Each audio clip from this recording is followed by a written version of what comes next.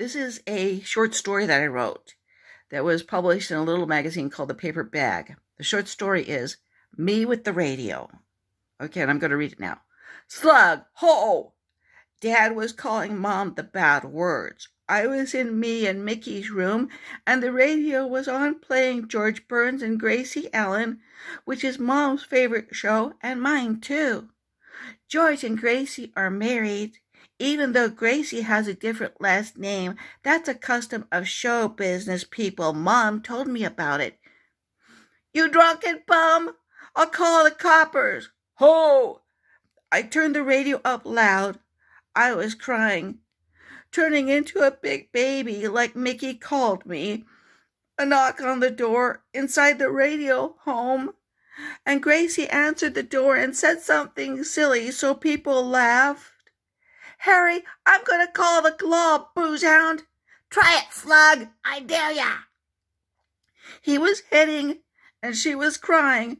She was going to call the cops, and he was calling her the slug. He married the slug, and if Mickey would just shut the door. But I saw Mom crying and Dad hitting, and Mom spat right in his face. You bitch, Slug! Drunken bum! Mom grabbed Dad's hair, and Dad hit her. Slug! I'll call the law. And George Burns loves Gracie because she is nice, even though she is stupid. She has black hair like Mom, but Mom is even prettier, and she's smart too. So if I were Mom's husband, I would love her, like George loves Gracie. No, please, Harry, you're crazy. The noise so loud, and the screaming was again. Mickey screamed, and I screamed. But Mom didn't scream. She was lying on the floor. It was wet. It was blood. And Dad was crying loud, like I do when they say I'm a big baby.